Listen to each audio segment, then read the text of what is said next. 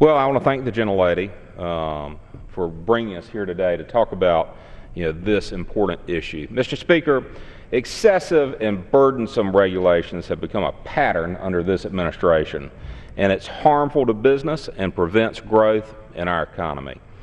One area of concern amongst many that I have and my constituents have in North Carolina is the proposed Environmental Protection Agency rule, which would make changes to the Clean Water Act. The proposed rule by EPA would grant them control over essentially all waters, not just navigable waters, as any common sense person understands navigable waters, and which is clearly defined in the Clean Water Act of 1972 and has been upheld by the Supreme Court. But in North Carolina, farmers who are a critical part of this economy and community, earlier this week I had the chance to meet with a group of farmers from Wayne County, which is a large population center in my district. And one of their greatest concerns was not a traditional farmer concern that you hear. It wasn't a concern about feed prices or soil fertility or farm equipment maintenance.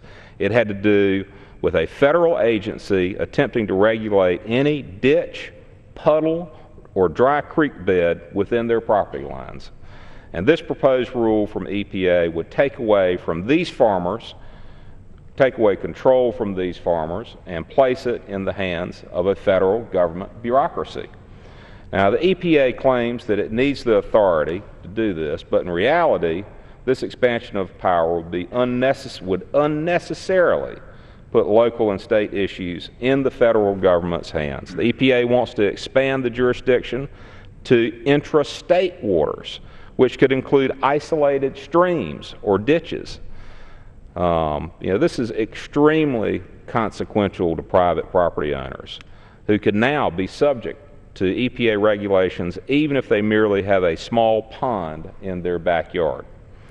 Mr. Speaker, if the EPA is given this authority, private property owners will be vulnerable to lawsuits from environmental groups for not complying with the regulations. And in some of these cases, these waters have nothing to do with federal interests, and the rule could override state prerogatives.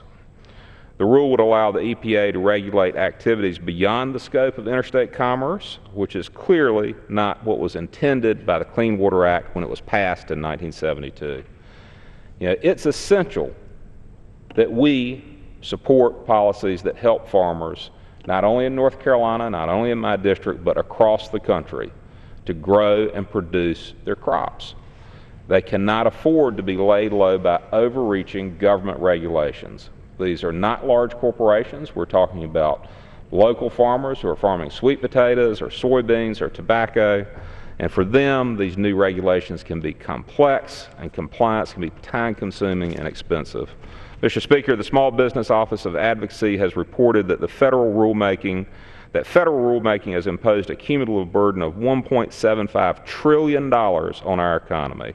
We should not add more to the problem with the proposed EPA rule, but rather we should be doing all we can to alleviate the burden on our farmers, small businesses, and our nation's economy. Again, I want to thank the gentlelady from Missouri for organizing this hearing this afternoon, and thank her for her time.